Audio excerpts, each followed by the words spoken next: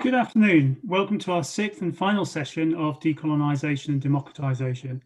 I'm Frank Hargrave, Colchester and Ipswich Museums Manager. I'm delighted to welcome back many of our previous speakers. If you've not seen any of our other sessions in the series, they're all up on our website and I urge you to take a look.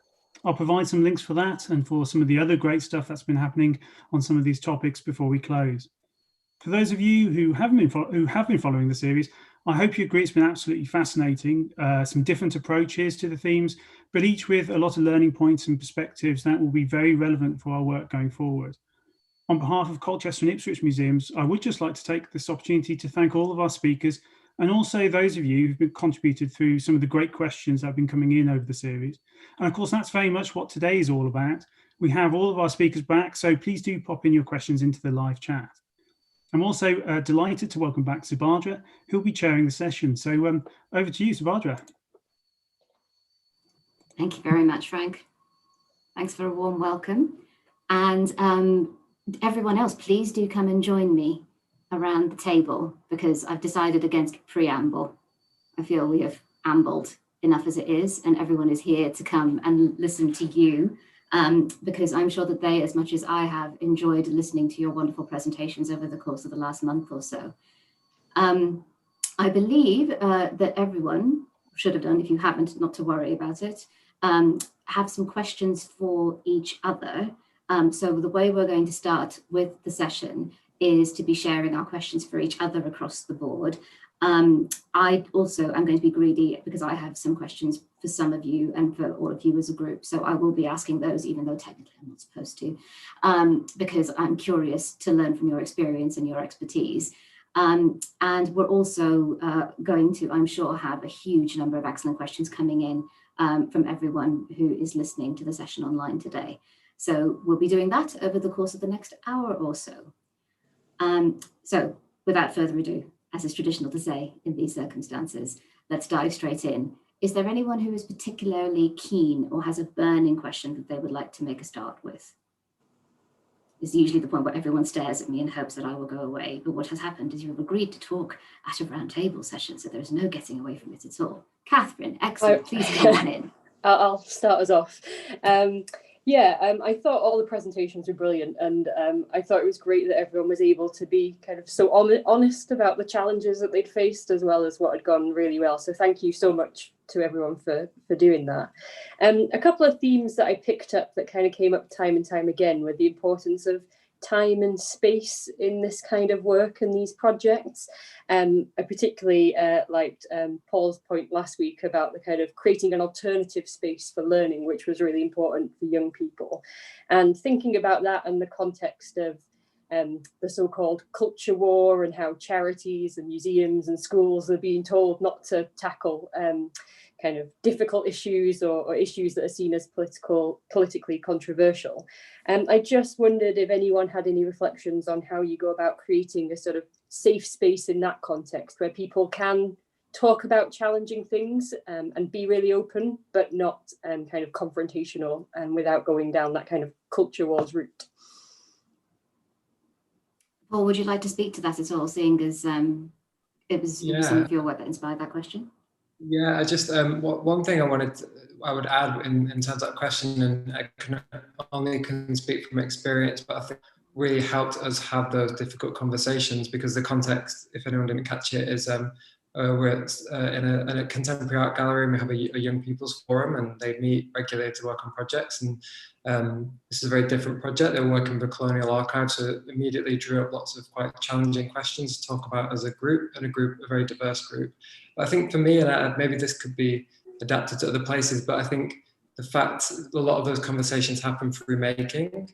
So often we would kind of like be collaging, we'd be working with pictures from the archive and or kind of doing creative things, devising narratives, but it was always using kind of art, because we were working with artists, and that the conversations came through that making, as opposed to us all sitting down in a circle and be like, okay, let's get to the bottom of this. So I guess for me, I think that was a really important learning process. So how that can help people have conversations. In any group, it can be really intimidating to be in a circle, but how could, arts and creativity, as I called it, is like can create an alternative learning space. So yeah, I would just add about the kind of potentially more hands-on elements that could really help a kind of tricky conversation.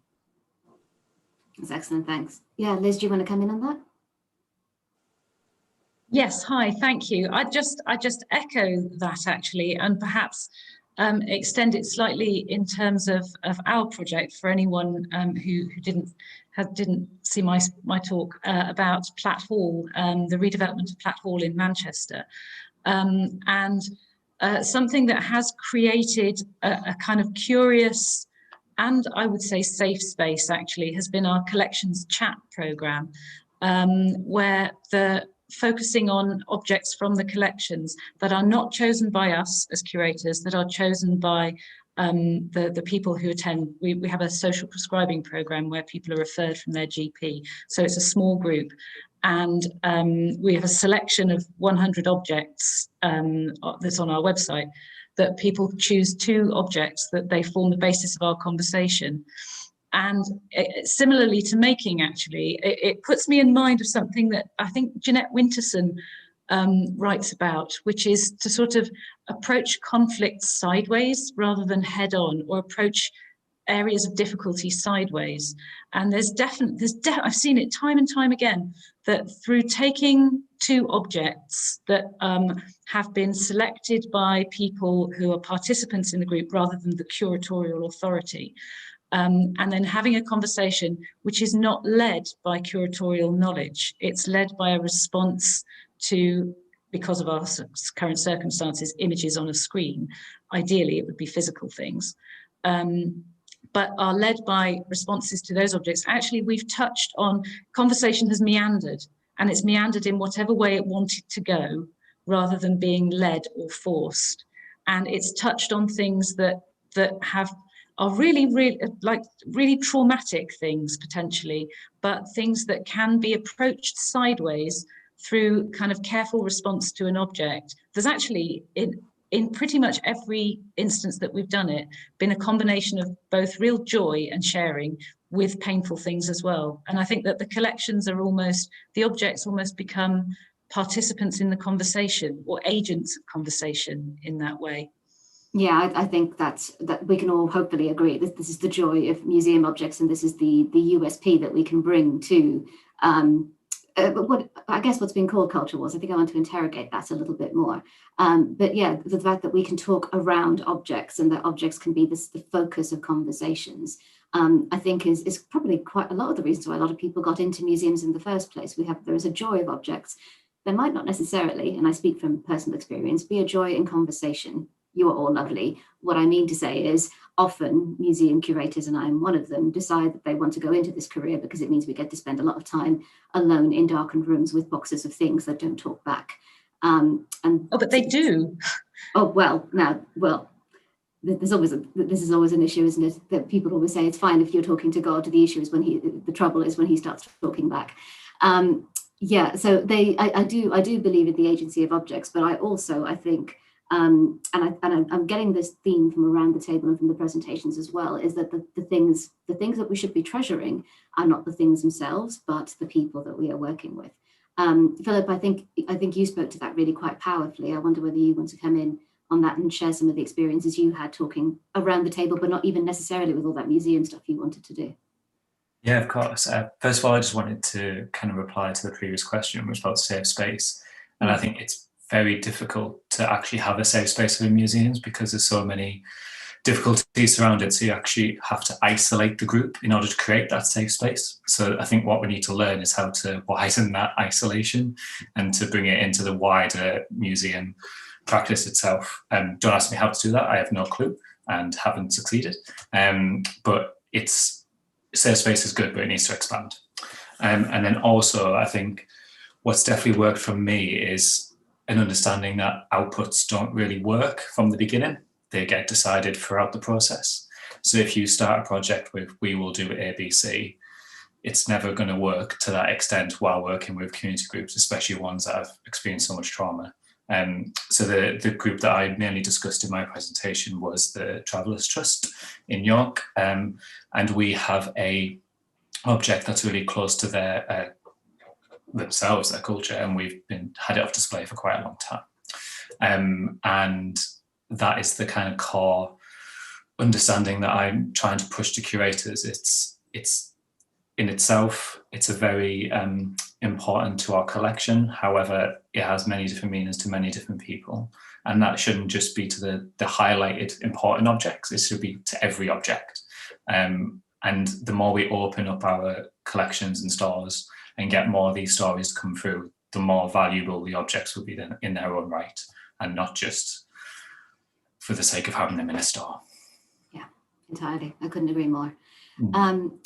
There's going to be a certain violence in the way that this question is going to be posed, for which I apologize in advance, but I am interested in hearing from the non-white people around the table in terms of the space and how safe you felt in your roles and carrying out the work that you were wanting to do. Imani, please, go ahead. Hi there, thanks, Sabadra. Yeah, it's an interesting one in terms of feeling safe, really, and some of that is due to external factors, and some of that is due to internal factors, but it was a journey nonetheless, and it was an important journey to go through, I think, from a member of a non-white community here in Suffolk. For me, we've got to be brave enough to actually start that engagement and be part of that engagement, and that's why I took it on, because you can't really be in it to, if you're not in it, you can't help to change it. So you have to, first of all, be able to say to yourself, are you ready for this? Because you don't quite know what's going to unfold. Mm-hmm. For me personally, and I'm sure Ivy, my colleague, would also identify with some of this, is that, the moment that you're there, you already realize that some of the narrative has already been shaped, by the filters of those in the senior position, and so yet you do have a wall to almost deconstruct that in the first instance, and you've got to be brave enough to do that and to challenge that. So certain language, certain narratives are already there, they're already entrenched, and you're there trying to offer another way of looking at things. Luckily for us, the people that we worked with were very receptive, and therefore that allowed some really healthy and rich challenge. But at the same time, it was very uncomfortable at times, where you felt that, I felt that I wasn't particularly being understood or being heard. But you must press on, because that's what change is about, So for me, the tenacity, that I learned and developed along the way was very important. And I'm sure everybody else around the table developed that in themselves as well. Just to say, no matter if it's uncomfortable, still go through it, because that's what change is about. Thank you so much for sharing that. It's inspiring to me to hear that. And I think everyone is appreciative of hopefully they aren't. If they weren't before, hopefully they are now. That there is this kind of extra level, because I think we all, regardless of how we are racialized or how our identities are processed within the museum organization, I think we all feel like we need to be brave, and it feels like having to be brave in some circumstances. But I thank you for just verbalizing that so eloquently. Would anyone else like to come in on that one? No pressure, but your voice is important. I want to hear it. Hi, Liam. Yeah, of course. Right. I think, obviously I'm in a slightly different position. I think potentially a position of privilege a bit, because I don't work within a museum organization. I work for an organization that funds museums and cultural organizations. So for me, often when I look to challenge a museum on the way that they're acting, behaving, or the type of culture the organization has, it's not from within, and it's somewhat easier to be critical and to be vocally critical of those things when you're not within an organization. So totally, preface with my position is very different to a lot of people's, but I think having worked in other institutions previously and also been just as vocally critical, I think the thing is you just have to learn to feel confident in yourself is one of the most important things. It took me so long to start voicing how uncomfortable some of these institutions made me, and how uncomfortable some of the decisions that were made within them were. But again, I always felt like if I don't speak up, who will? There isn't anyone else like me in this organization. And whilst I might have allies, they might not necessarily, or people that, you know, want to be allies, they may not be the local allies that I need them to be. So I would say absolutely learn within yourself that what you're doing is good and it will benefit people in the long run, even if it's critical, even if it seems negative.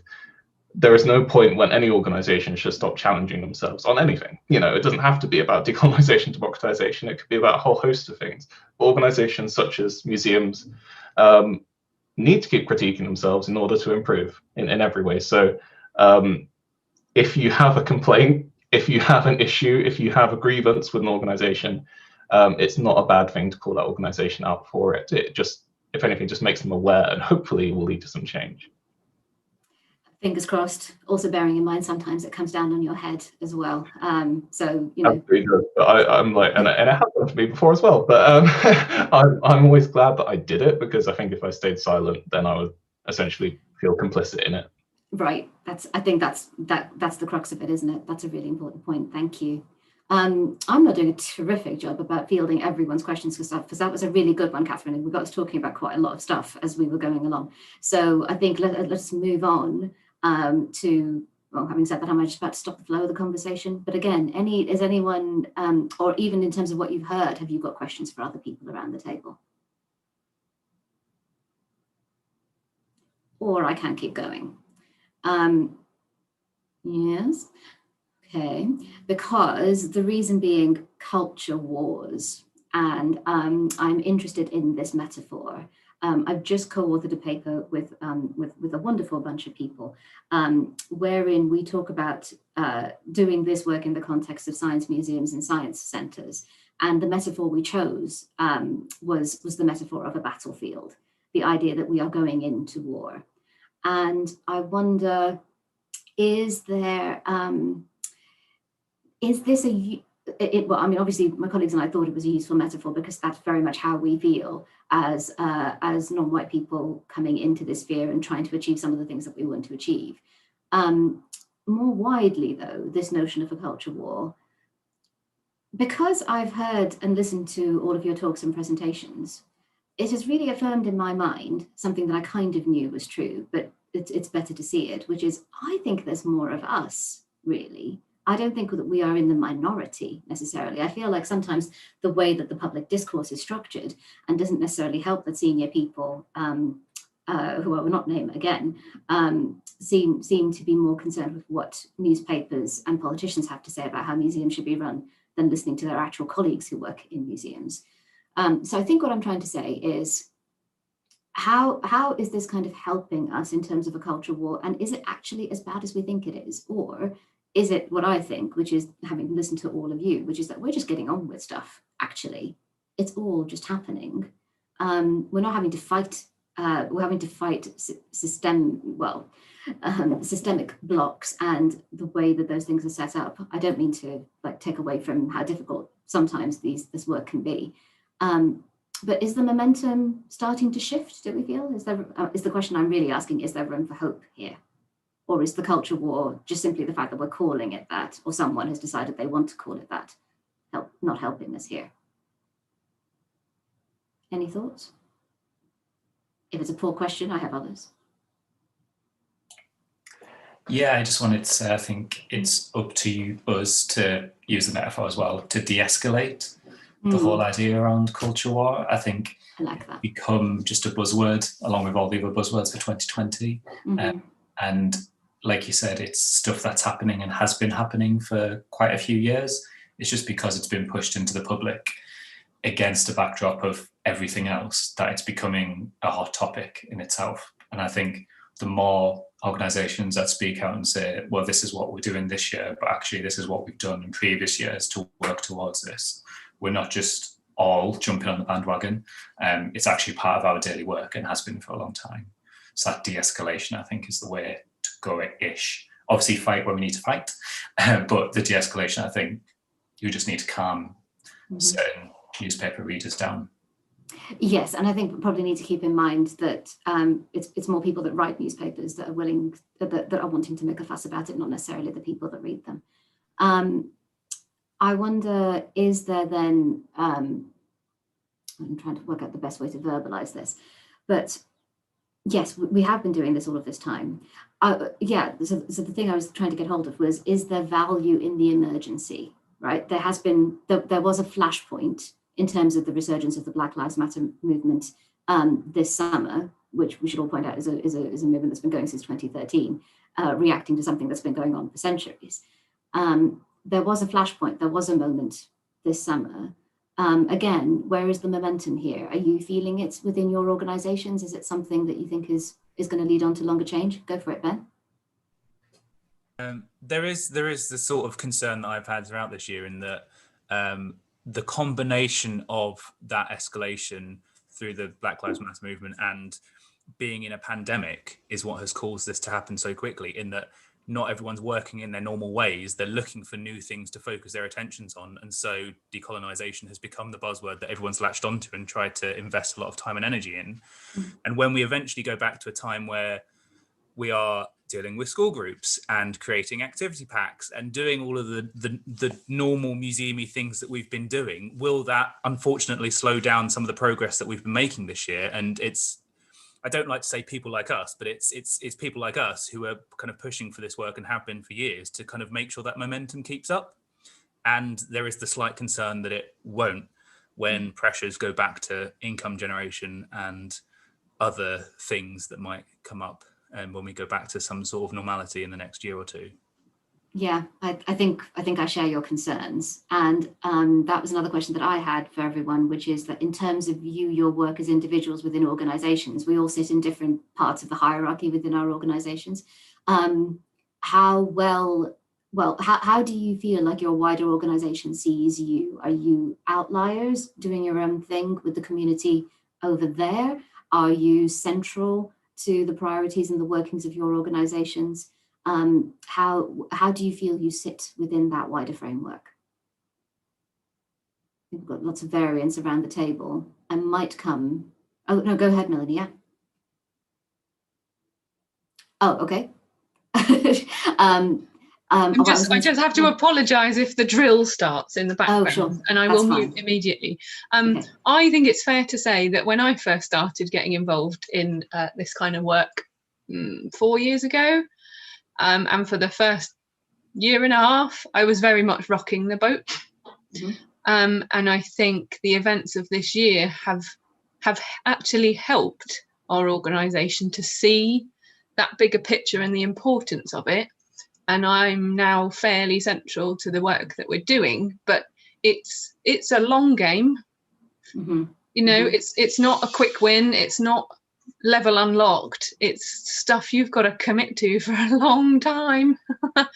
And it's been really interesting to see how those events have been a trigger or a catalyst to work that we've been doing. Like Ben says, lots of people in the sector and beyond the sector have been doing for a long time.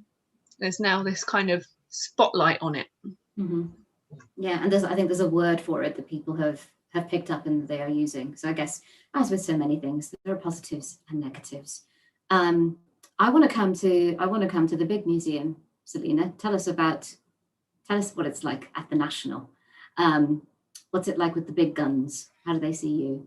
Yeah, so I think when Amy and I were speaking about our projects, they were very much targeted to an exhibition output that was going to be kind of the big sell and the big opening for 2019. So they were kind of enveloped in that sort of process. But people had been looking at decolonising science. We had a seminar series earlier this year, pre-pandemic, and we're hoping to do another one. And I think it's knowing what the motivations are behind it. Is it to do an exhibition, or is it actually to change and embed practice?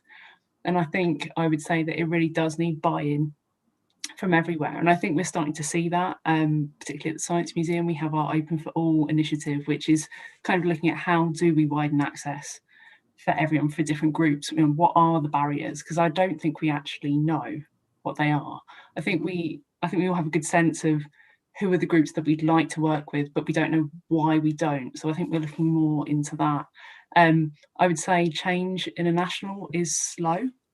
It takes a long time for change to happen.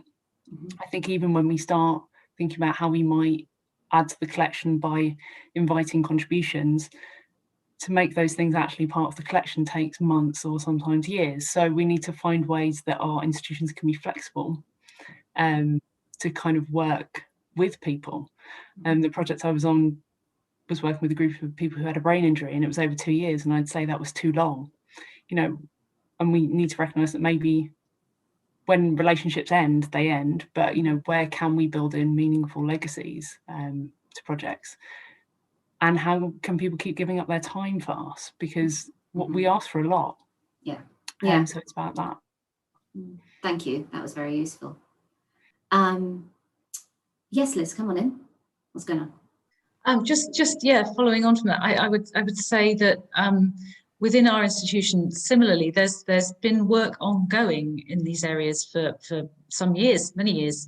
But I do think that something that this year has perhaps accelerated is taking a sort of, well, certainly working towards taking an anti-racist lens to everything and actually doing that a little bit more deeply. So the main kind of work probably emerged in the learning team and in the curatorial and exhibition spaces, the public programs, but actually thinking about that much more deeply in terms of everything we do, particularly around things like collections management, documentation, conservation, all the decision making that goes on, the inherited methods and practices that go on around the collections that are not often scrutinised in that way, are increasingly being scrutinised in that way. And that didn't start this year, but it's certainly, I think, been accelerated by this year. And there is perhaps a sense of beginning to join up dots.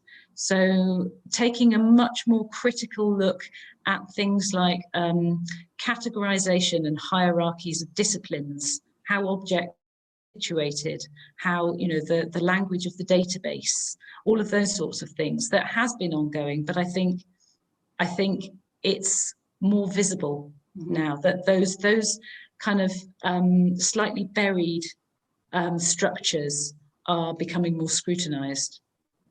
Yeah, I think that's a very important point, and it's something for me that's been emerging all year, which is the inherent violence of our professionalism, which I think was embedded in your question about care. Who gets to care? What does care mean? Those sorts of things. I think that's super important. Yeah, thank you for that. That's the fact that maybe in the course of what is an emergency, everyone realizes that this is their issue and this is their work will have some value in it. Aisling, do you want to come in on that? Yeah, I was just saying, I totally agree with what's been said. And for me, on a very practical level, because I'm on the ground, I'm delivering things every single day, it's about the resources a lot of the time, because when I start, there's so much goodwill and there's so much we want to do this and we have good intentions, but it's also just a complete underestimate of the money and the time, the resources that are needed to input into making that change. And so I feel for me, that's kind of where the shift is starting to happen now. It's gone beyond goodwill, and it's gone to the point where it's like, we want to make this change, but we're actually going to invest in it so that it can happen as well, which I've got a lot of hope. Yeah. But yeah. Well, that's definitely encouraging. What would you say to the people that hold the purse strings? Because if that change is coming, give them some more incentive. Encourage them. What would you say to encourage them to invest more in terms of what we can do if we had more resources? I mean, for us, we're the Museum of London. So for us, it's not even, for me, it's not like a choice to make. It's 100%, it needs to happen because we are the museum of people. So for me, it's an easy argument, because if we're saying we are the museum of Londoners and the museum of people, then it needs to be a funding priority for us to develop ways of working that actually mean we can deliver that. Yeah. Well said. Obviously, I agree with that. I don't know if I'm allowed to have biases, but it's not really that kind of round table. Is there anyone else who wants to speak to that particular that doesn't feel like they've had a chance to? Emmanuel, please. I actually have a different question, so I'll let. Go on. Yeah, if anyone else. Please. All questions are welcome. Yeah, so I was really inspired by your talks, Vajra, and yours, Liam. That panel was really brilliant, and it inspired me to think about a question for the panel today that was about the embodied nature of this work, and especially for the Black and Brown people on the panel right now. You know, obviously this work is very taxing, it's very personal, and it's not simply for the sake of the work. It's, you know, to uplift the very realities of our lives and our communities. And so this question is more reflective, but and so it doesn't necessarily need a response, but I just kind of wanted to bring into the room as well just this concept or question around, like, how are we looking after ourselves as we do this work?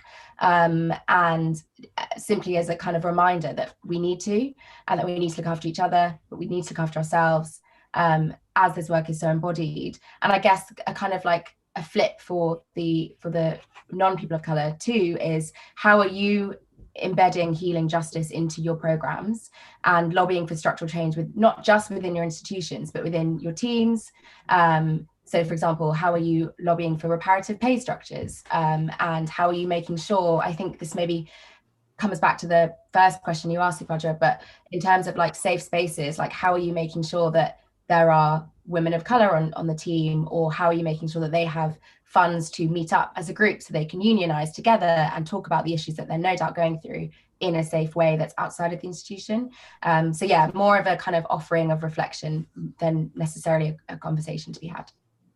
That was it's a really important point, and you saw the expression on my face the moment you started talking, because this is the sign of someone who is tired and who has spent a long season doing a lot of talking. So I appreciate your question. Imani, do you want to come in on that? Have you got something else? Yeah, thank you, Emmanuel, for that. I mean, it's interesting, you know, we talk about the momentum, and Black Lives Matter and COVID certainly has led to my having an extremely a lot of work at the moment, and in a way, specifically around being a consultant around Black Lives Matter, because all of a sudden all these organizations are saying, oh my gosh, what do we do? How do we respond?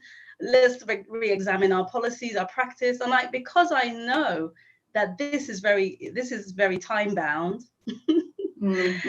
it's led to a bit of what they call combat fatigue, because it is exhausting. Because not only are you developing training, you're having these narratives, but you're working with a lot of people actually who, and don't get me wrong, I'm not talking about all people, you know, but a lot of organizations are being seen to want to do something and have to do something.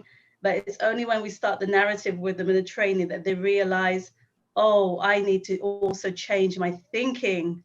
And this is something a lot more challenging and taxing, you know. So in a way, it's been an interesting journey. But certainly I could agree that because of that timeliness, it's opened up lots of opportunities for a lot of Black and minority ethnic communities. I don't use the word BAME, I won't accept it, I won't use it, and I won't use Black and Brown either. So I'll go back to Black and minority ethnic communities, in a sense that it has provided more work, and we've always been there, and we've always been saying, use our skills, utilize our skills, but we want to be recognized for those skills. We want to, where opportunities allow, we want to be paid for those skills. However, it has opened the door to that, you know, to at least us being heard and us having more work, which is interesting, actually.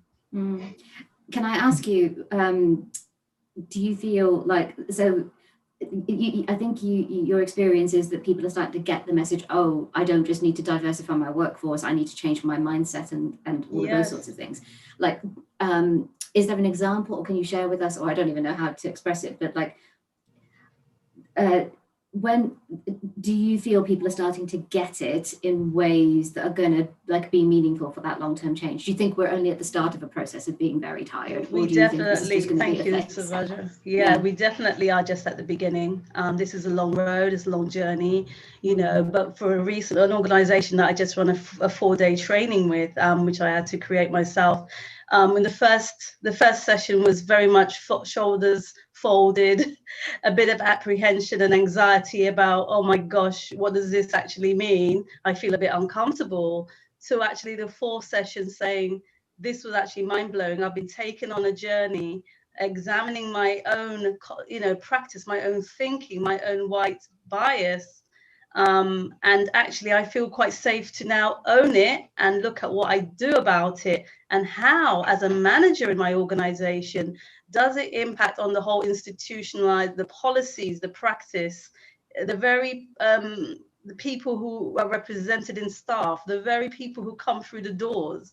And they were able to identify that they were an all white staff in a very multicultural community, and that in itself was questionable. But they, through that process of really being open and honest and self-reflective, there was a massive change, but it is just the beginning. It's still inspiring to hear, though. Thank you.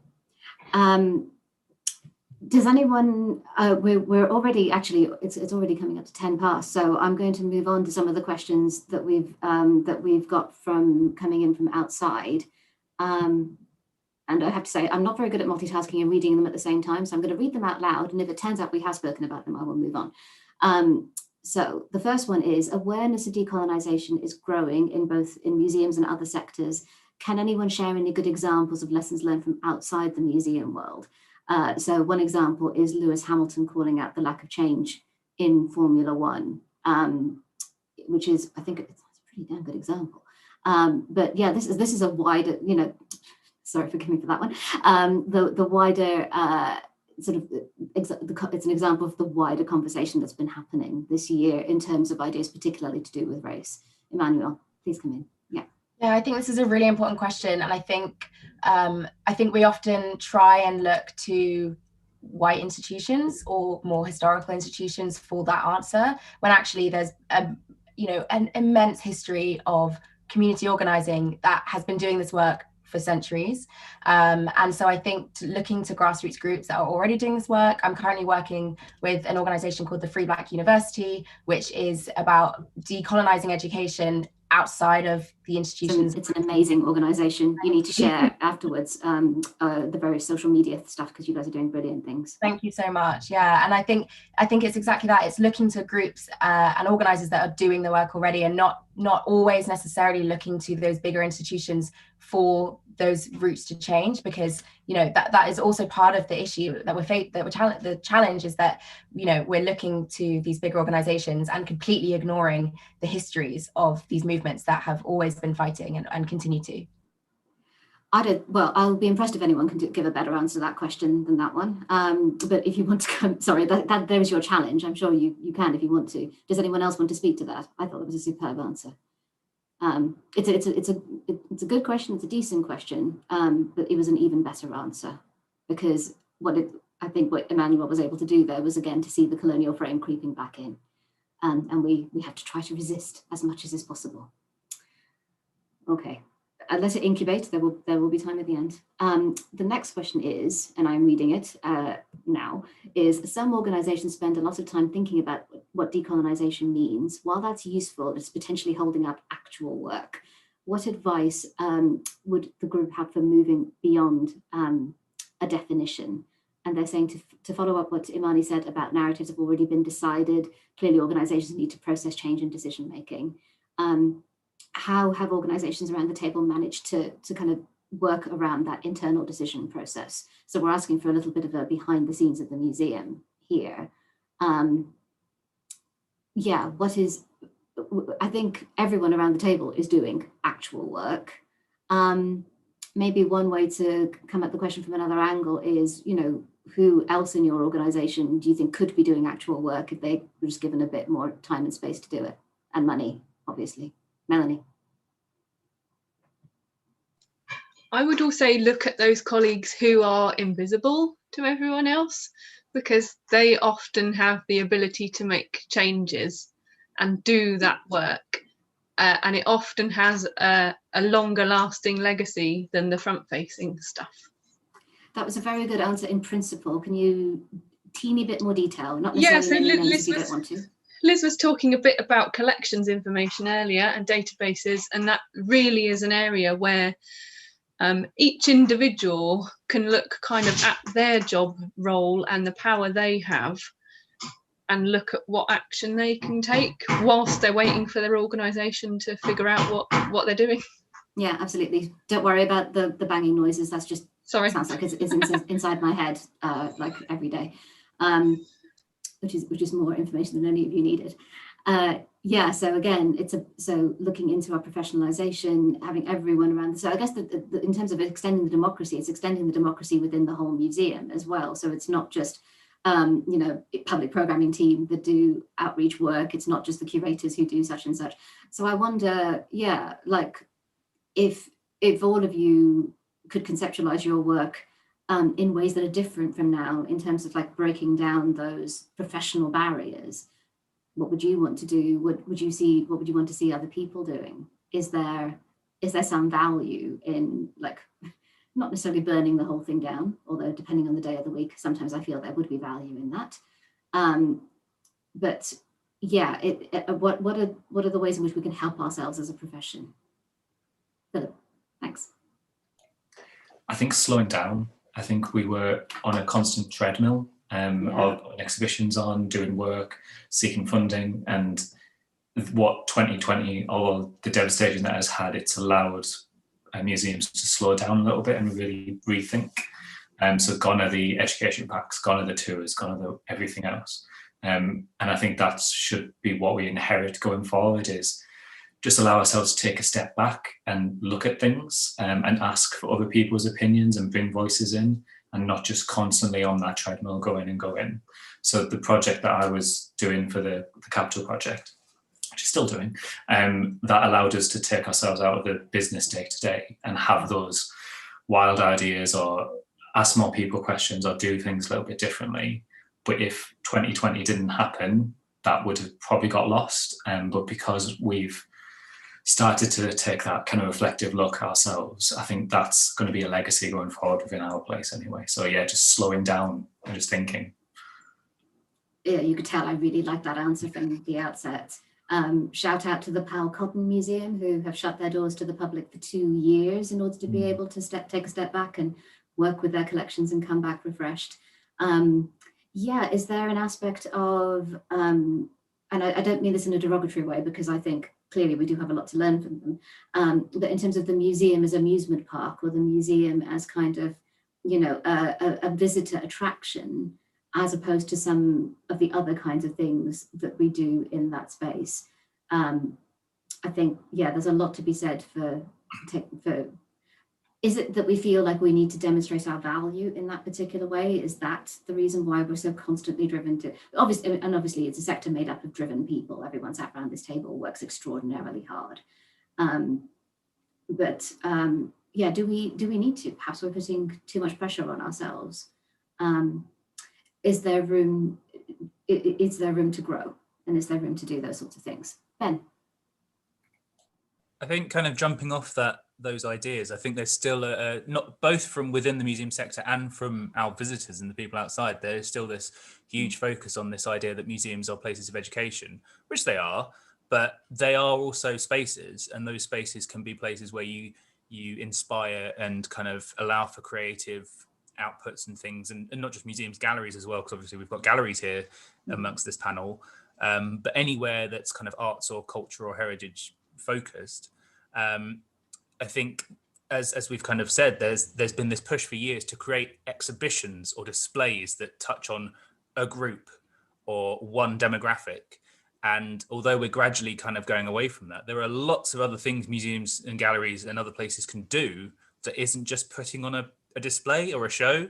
It's about kind of giving over, like the whole purpose of this conference is giving over power to the people who use our venues in whatever way they see as most appropriate. And I know from amongst just this group of people alone, as well as across the country and across the world, there's lots of really exciting stuff happening in these buildings that aren't your typical come in, learn a fact and go home. There's a lot of different ways in which we can use our spaces to kind of work with different communities and make everyone feel welcome. I think that's the biggest kind of focus is making everyone feel that they're welcome in our spaces. Yeah, that's what I really loved about that. There was a list of principles, Liz, that you shared in your talk, and belonging was at the top of them. And I thought that was definitely important. Do you want to come in on that as well? Yeah, I think something that's been a real learning curve for me working at Platt Hall, which is part of a bigger organisation, Manchester Art Gallery, and the focus of the work at Platt Hall is kind of hyper local. It is absolutely about the ward, the 3 wards in which Platt Hall sits. And it's kind of, it's been an evolving thing, and it sounds really obvious now, but sometimes obvious things aren't. And that is about that. It's not all about us. It's not all about Platt Hall. It's not all about this place. And actually, some of there's been a sort of shift of emphasis recently towards sort of the idea of being a good neighbour.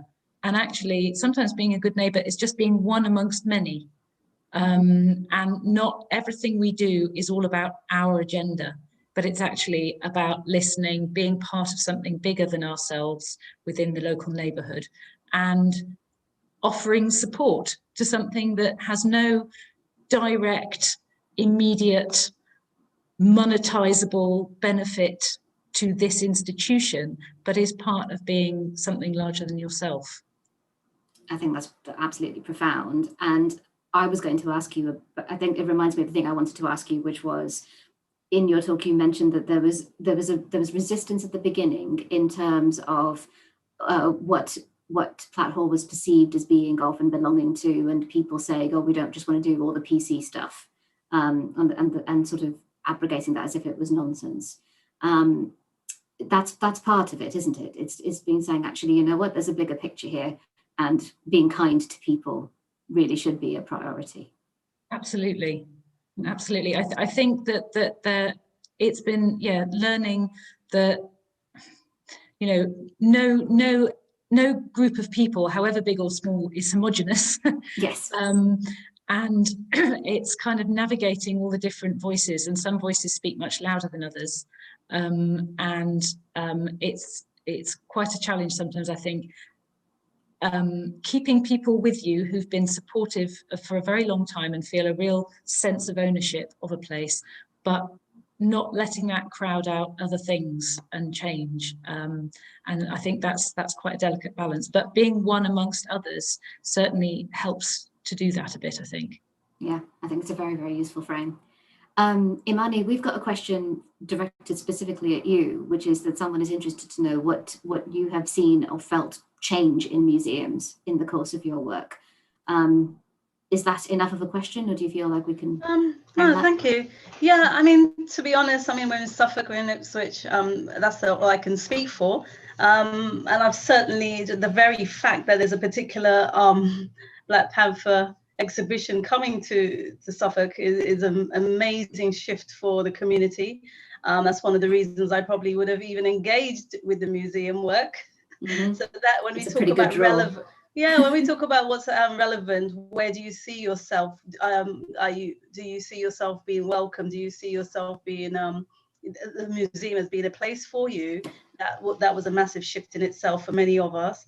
In terms of the staff and the co-production element, that's something that I've never really experienced before. So definitely I would want to see more of that, where we're actually co-producing with local communities, hearing local voices, and as someone just said, you know, the agenda's not already set. You're shaping your narrative and your programs based on what people want, you know. So there's definitely been a shift on a local level. Yeah. So yeah, I think overall the trend, this is continuously surprising because it's happened to me so many talks in the last few months, that the trend is generally hopeful, which is different from how it used to be before, and I think altogether a very, very good thing. We've just had another one come in, which goes: timelines set up by stakeholders, for example, funding bodies, museum partners, universities, often make it hard to deliver projects that are truly co-creative. I can speak from experience on that one.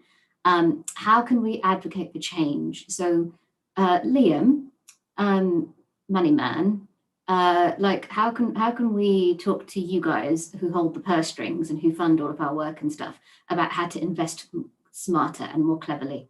I think you probably already do, but like, what would you say to your colleagues who also hold purse strings variously elsewhere about how they could be doing their job better to help us do all this cool stuff here? Well, I mean, I think it's really interesting because obviously a lot of organisations have started to think about this throughout the past year. Arts Council is one of them as well. So as part of the new strategy that we launched at the start of this year, which is our 10-year strategy, we've been thinking about how does the Arts Council need to change, and actually in order to actually deliver that strategy in the best possible way. And that has included reviews of our investment portfolio, our investment, our different grants that we offer, all the different things that we do. So that is something that we're looking at and we will continue to look at. So it's something that we are aware of that, and we're aware of the fact that, particularly for museums, which do not get as much of our project grant funding as other art forms, generally, because they're not, well, museums generally don't apply to us as much as other art forms as well, so that's part of the issue. There's obviously an issue with the fact that some museum projects might take longer than the 2 years that our project grant funding covers. So there are conversations internally about what we can do to actually, to maybe change some of those requirements, to open up different options.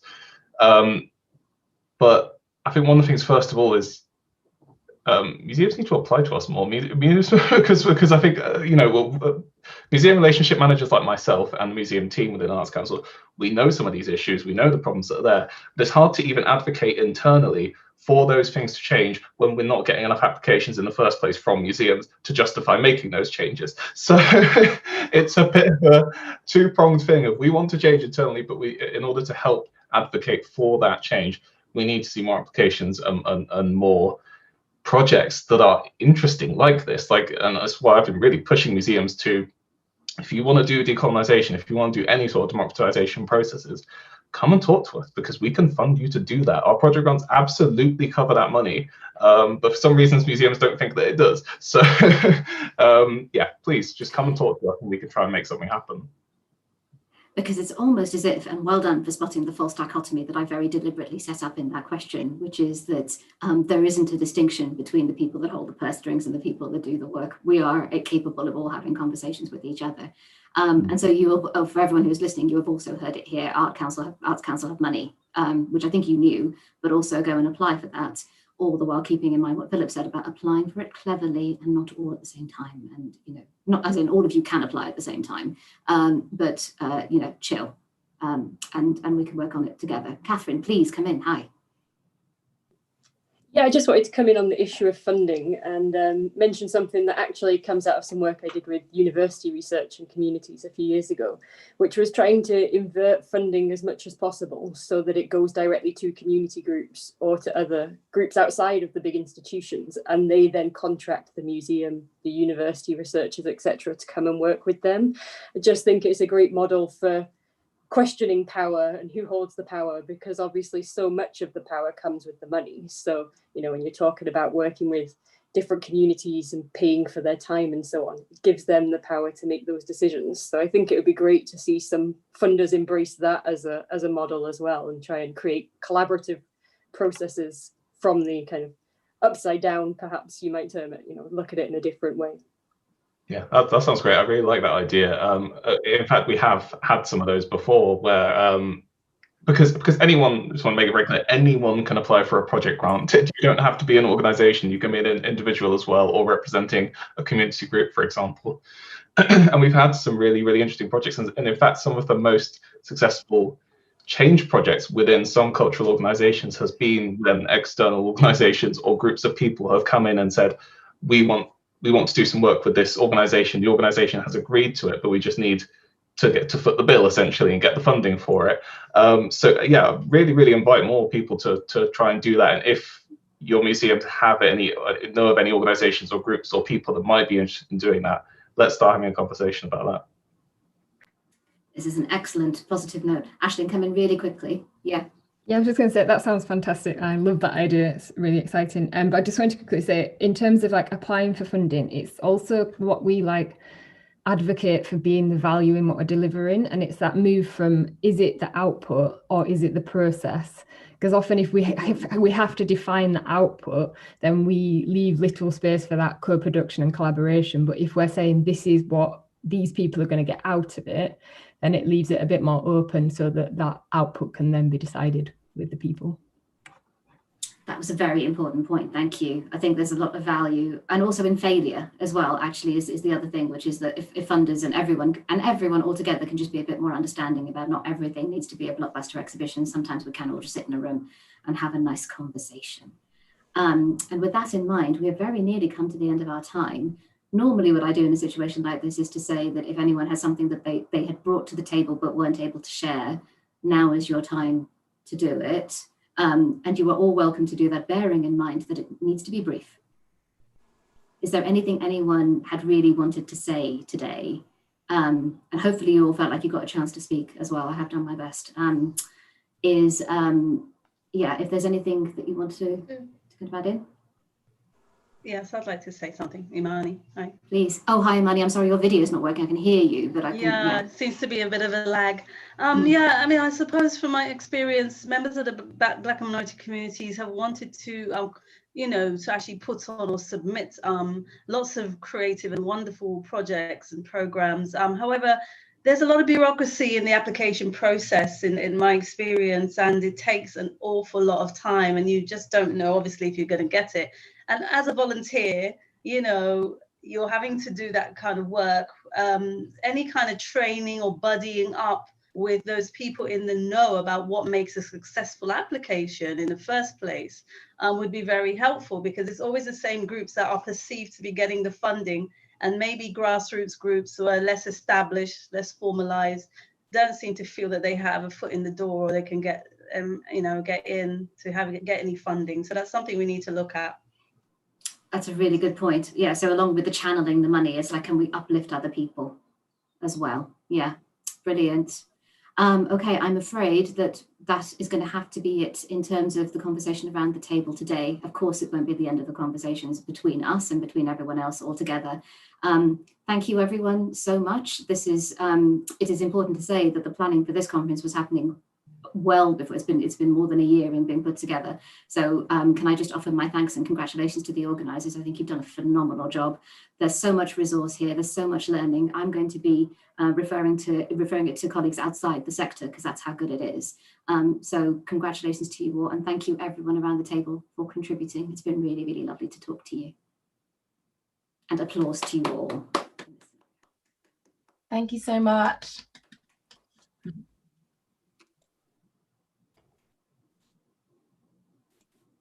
Thanks, Barbara. And yeah, and there's certainly a lot, particularly speaking as a manager for a museum service, to confront, I think, and to think about from this afternoon. I'd obviously thank all of the speakers as well, and for you for joining us today. But I particularly want to thank actually the panel members here who've responded to some of the questions so bravely and personally. So thank you. It's the end now, of course, of this seminar series, but not, of course, of what we've been discussing. There's a lot for us to learn, to build on, and those discussions are ongoing. So for a sense of that, please do head over to our website. I'll just show you that now. Oh, there we go. So there are the other sessions from this series. So please do have a look over there and really pick up on some of the things that have been discussed from today.